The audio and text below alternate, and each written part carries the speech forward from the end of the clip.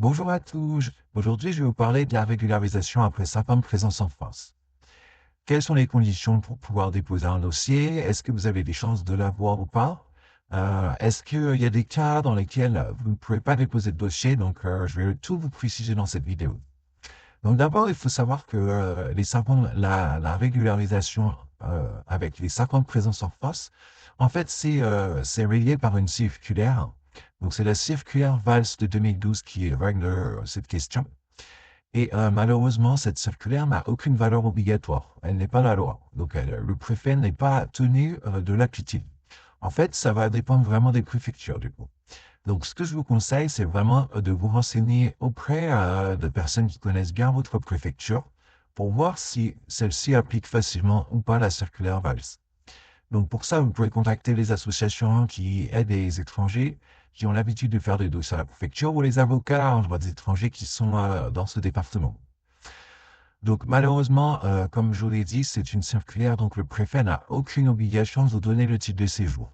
Ça veut dire que, voilà, il peut être bienveillant ou moins bienveillant. Et si vous présentez le même dossier, par exemple, à la préfecture d'Angers ou à la préfecture de Paris, ça se trouve qu'à une préfecture, ça sera accepté, à l'autre, non, pour le même dossier. Donc, c'est un peu la difficulté de ce type de demande. C'est vraiment que le préfet, bah, ça va être un peu aléatoire, sa réponse. Ça peut vraiment varier d'une préfecture à une autre. Donc, maintenant, je vais vous expliquer comment augmenter vos chances d'obtenir cette régularisation après 5 ans de présence. Donc, il y a un certain nombre de conditions à remplir. Donc, déjà, il faut justifier de chaque année de votre présence en France avec des documents. Donc, par exemple, il va falloir montrer que vous êtes en France, par exemple, depuis 2014. Donc, il va falloir donner 3 documents au moins par année et même un document par trimestre. Donc, il faut à chaque fois des documents officiels. Donc, par exemple, des certificats médicaux, des avis d'impôt, des choses comme ça. Donc, ça va vraiment permettre de prouver que vous êtes bien en France depuis un certain nombre d'années, donc 5 ans ou plus. Ensuite, la préfecture, elle va regarder d'autres choses dans votre dossier. Donc, dans la circulaire, précisément, il est dit qu'il faut un certain nombre de bulletins de salaire selon votre ancienneté en France, mais il faut aussi ou que vous soyez parent d'enfants scolarisés depuis au moins 3 ans. Donc ça, c'est ce qui est indiqué dans la circulaire, mais évidemment, la demande de régularisation exceptionnelle, c'est une demande où on peut aussi apporter plein d'autres éléments pour dire que vous êtes quelqu'un d'intégré et que vous méritez cette régularisation. Les autres éléments qui doivent être vraiment pris en compte dans le dossier et que le préfet va forcément regarder, en tout cas, s'ils n'y sont pas, ça sera un point un peu plus, ça sera plus négatif pour vous, on va dire. Ça va pas augmenter vos chances, en fait. Donc, le premier aspect que le préfet il va regarder, c'est votre vie familiale. Est-ce que vous avez de la famille en France, des cousins, des oncles et tantes, vos grands-parents, vos parents ici, et les liens avec eux. Donc, il va falloir, pour montrer que vous avez de la famille en France, apporter des témoignages des membres de votre famille, des témoignages précis et détaillés qui vont permettre de montrer que vous avez vraiment des liens familiaux ici qui sont réels. C'est pas juste un cousin éloigné à qui je parle jamais. Donc voilà, et sachant que vos liens familiaux, c'est aussi, par exemple, si vous êtes pacsé en France. Donc si vous êtes pacsé, si par exemple vous êtes pacsé avec une personne française ou une personne étrangère qui a un titre de séjour, et et que vous avez juste des cousins éloignés, le préfet, il va pas du tout analyser de la même manière. Il y a un lien qui sera beaucoup plus fort que l'autre. Donc c'est vraiment cette intensité du lien que le préfet va regarder, et c'est grâce au témoignage que vous allez pouvoir le prouver. Idéalement, il va regarder si vous avez encore de la famille dans votre pays d'origine. Par exemple, si vous avez, vous êtes fils, fille ou fille unique et que vos 2 parents au pays sont décédés et vous avez juste, par exemple, un oncle et une tante en France, eh bien, il faudra apporter les actes de décès de vos parents.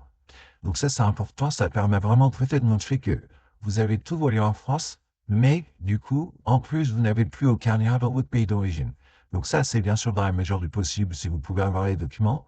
Mais moi, je le conseille toujours à mes clients parce que c'est vraiment quelque chose de très important et qui va permettre de mieux apprécier la vie familiale pour le préfet. Ensuite, le deuxième point que le préfet va regarder, c'est l'intégration professionnelle.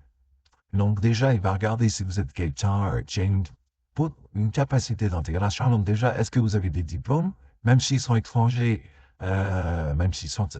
ils restent quand même, on peut quand même s'en prévaloir devant le préfet, parce que c'est quand même un des éléments qui montrent que vous avez des compétences. Donc c'est intéressant de pouvoir produire vos anciens diplômes, même si c'est des diplômes voilà, qui sont assez généralistes. C'est important de montrer ça au préfet. Ça montre aussi que vous avez voilà, vous avez fait des études, donc vous êtes sérieux. Donc, c'est des éléments qui sont intéressants à mettre aussi dans le dossier. Ensuite, au niveau de l'intégration professionnelle, vous pouvez aussi parler et faire état de vos anciens emplois. Donc, vous allez produire les bulletins de salaire, par exemple, les témoignages de vos anciens collègues, tout élément qui permettrait de montrer que vous avez bien, que voilà, vous avez travaillé et ça se passait bien. Donc, également, si jamais vous êtes, voilà, vous avez la possibilité, il faut absolument aussi fournir une promesse d'embauche. Donc, c'est un document, en fait, d'un futur employeur qui va dire, voilà, dès que monsieur ou madame X aura un titre de séjour, je m'engage à l'engager en CDI, en CDD pour telle durée. Donc, ça, c'est un document qui va vraiment être un peu la cerise sur le gâteau pour le préfet, puisque ça montre que, voilà, il sait que dès qu'il vous donnera un titre, hop, ça y est, vous travaillez. Donc, c'est vraiment un gage de confiance pour le préfet envers vous. Donc, malheureusement, pour le travail, il y a des pratiques des préfectures qui sont très diverses.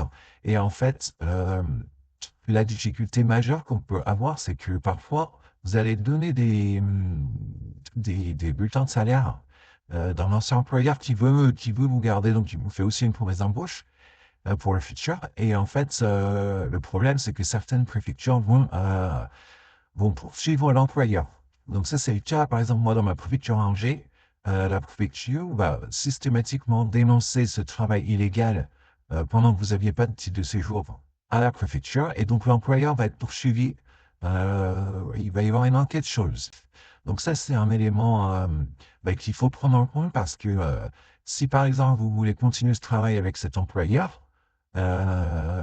voilà, et vous ne voulez pas qu'il y ait des problèmes à cause de vous, à cause, après, c'est pas à cause de vous, mais c'est à cause de ce travail dont il n'y avait pas d'autorisation de travail. Moi, je vous conseille vraiment de pas forcément faire état de vos anciennes expériences. Donc ça, c'est vraiment petit tout double et ça va dépendre de la pratique de la préfecture. Donc pour l'intégration professionnelle, vous pouvez joindre au dossier un dossier complémentaire de demande d'autorisation de travail. Donc ça, je ne vais pas en parler dans cette vidéo puisque c'est vraiment trop long. Voilà, il y a beaucoup de textes là-dessus, de conventions internationales selon les pays. Donc c'est voilà, en plus, selon les métiers pour lesquels on demande, vous pouvez avoir plus de conditions, moins de conditions à remplir. Donc, c'est vraiment, ça, c'est un autre point que je ferai dans une autre vidéo. Donc, au niveau des conditions, donc vous avez ce que je viens de dire, donc l'intégration familiale, l'intégration professionnelle. Vous avez aussi le fait que vous soyez arrivé en France de manière régulière ou pas. Donc, est-ce que vous êtes venu avec un visa? Est-ce que vous êtes venu sans visa? Quelle était la durée de votre visa? Donc, en fait, ça va aussi un peu, c'est un élément clé qu'il faut mettre dans le dossier. Parce que ça va permettre de vous préfet de voir un peu votre situation par rapport à ça. Ensuite, ce que le préfet va aussi regarder, c'est vos ressources. Donc ça, quand on demande la régularisation en général, c'est qu'on n'a pas de ressources parce qu'on n'a pas d'autorisation de travail. Mais c'est une condition qui est quand même regardée. Et si vous arrivez à justifier de vos ressources, par exemple, vous êtes paxé avec une personne étrangère qui travaille, elle, de manière régulière, là, vous pouvez justifier de ressources communes. Donc voilà, là c'est un point qui est un peu compliqué parce que voilà, les gens en général n'ont pas de ressources vu qu'ils sont sans papier. Mais si vous avez la possibilité de démontrer ça, ça serait très bien pour votre dossier. Le dernier point que le préfet va vérifier, en tout cas, qui va pouvoir influer sur sa décision, puisque voilà, après ça peut varier si vous mettez pas si vous mettez pas tous les éléments que je vous ai indiqués, vous pouvez quand même réussir le dossier, mais en fait, plus vous en mettez, plus vous avez vos chances en fait. C'est vraiment comme ça que ça fonctionne. C'est vraiment voilà, voilà, c'est comme si à chaque fois que vous rajoutez une couche, ça augmente un peu vos chances parce que vous êtes de plus en plus intégré finalement. Donc, le dernier point que je voulais aborder, c'est le fait que le préfet va vérifier votre intégration sociale, donc dans la société française. Donc, ça va être tout ce qui est langue française. Est-ce que vous parlez bien la langue? Ça, je vous conseille vraiment voilà, si vous ne parlez pas très bien le français et que vous êtes en train de suivre des cours, de vraiment continuer et vraiment être en mode intensif parce que si votre dossier est accepté et que vous êtes reçu en rendez-vous à la préfecture, si vous êtes là depuis 7 ans et que vous ne savez pas aligner deux mots ou répondre aux questions simples, ça peut être un élément qui est rédhibitoire pour votre dossier et qui peut justifier un refus. Donc ça, c'est vraiment l'élément numéro un, la langue française. Ensuite, ça va être tout ce qui est intégration avec vos amis. Donc, normalement, voilà, si vous êtes en France depuis 5 ans, vous avez dû vous faire des amis, vous avez des voisins, vous avez des gens français ou qui habitent en France qui vous connaissent. Et donc ça, il faut pouvoir faire des témoignages aussi là-dessus pour montrer que voilà, vous êtes intégré, vous avez une vie sociale normale, voilà, votre vie, s'il se passe bien, et il y a des gens qui vous apprécient, qui connaissent vos valeurs, qui vous connaissent, et vous n'êtes pas tout seul dans votre coin. Voilà. Donc ça, c'est intéressant, et ça peut aussi se montrer par le bénévolat. Donc si vous avez fait du bénévolat, par exemple, au Secours populaire ou dans d'autres associations, vous pouvez aussi mettre les justificatifs. Donc ça, c'est des éléments qui sont à des plus, en fait. Si vous faites des activités sportives ou culturelles, vous pouvez aussi l'ajouter. Donc, si vous êtes, par exemple, vous faites du foot, et puis voilà, vous pouvez avoir un témoignage de votre entraîneur qui dit que vous êtes assidu, que vous êtes intégré dans l'équipe. Ça peut être vraiment très bien aussi pour montrer l'intégration sociale. Donc maintenant, voilà, ça c'est les cas où, voilà, plus vous aurez l'ensemble de ces points, plus vos chances de succès sont importantes. Il y a des cas, par contre, où moi, je vous déconseille de déposer le dossier sans avoir un avis d'un avocat, parce que ça peut être, voilà, ça peut vous mener droit au mur, voilà, et voilà, vous faire expulser directement. Donc ces cas-là, ça va être, par exemple, si vous avez été condamné en matière pénale, donc par exemple, si vous avez déjà commis des infractions, des délits, ça, et des crimes, bien sûr. Donc ça, c'est rédhibitoire. Si vous avez déjà commis ça, moi, je vous conseille systématiquement d'aller voir un avocat parce qu'en fait, euh, le préfet va prendre en compte cette infraction si elle est grave et si elle est récente. Donc, par exemple, mais parfois, il y a eu déjà, par exemple, où j'ai eu des clients, ils avaient juste eu une amende pour une contravention pour, par exemple, conduite sans assurance. Et il y a par exemple 6 ans, et le préfet a utilisé ce motif-là pour refuser. Donc ça, c'est vraiment des cas un peu délicats où il faut mieux demander l'avis d'un avocat voilà, pour qu'il enrobe un peu la chose et que si il y a des éléments à mettre dans le dossier là-dessus, par exemple que depuis vous avez fait un stage de conduite ou des choses comme ça, qu'il le mette dans le dossier. Donc ça, c'est vraiment important et ne pas vraiment pas oublier ça. Donc, l'autre cas, ça peut être si vous avez eu donc une infraction pénale et que vous avez eu, en général, donc c'est des peines complémentaires ou des peines principales, ça dépend, ça peut être deux, des interdictions du territoire français. Donc, ça, c'est le cas vraiment où voilà, vous avez causé un trouble à l'ordre public et donc le juge pénal vous a interdit le territoire français pendant une certaine durée. Donc ça, il faut voir si vous en avez une, combien la durée de l'interdiction du territoire, et ça va vous permettre voilà, de pouvoir savoir si vous prenez le risque de déposer un dossier ou pas.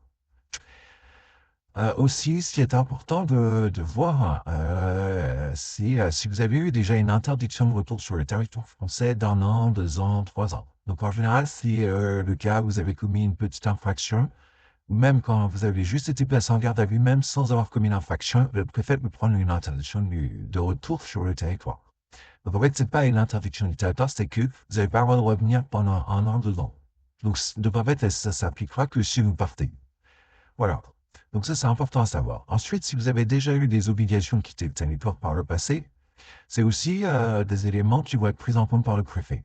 Donc si c'est la première fois que vous déposez votre demande, voilà, il faut vraiment essayer de faire un bon dossier parce que vous n'avez pas de passif, on va dire. Vous n'avez pas été déjà expulsé, donc voilà, c'est un peu comme si vous démarriez à zéro avec les préfectures. Donc là, vraiment, ça peut donner la tendance pour la suite. Donc c'est vraiment important de bien préparer votre dossier à ce niveau-là. Si vous avez déjà eu par le passé des obligations de quitter la France, il va falloir, je vous conseille aussi de consulter quand même un avocat pour qu'il vous donne un aide, parce que ça va dépendre de ce qui est écrit dans ces obligations de quitter le territoire français. Voilà, donc ça peut être des éléments qui vont vraiment influer sur le dossier. Mais j'espère que mes conseils vous aideront pour le dossier.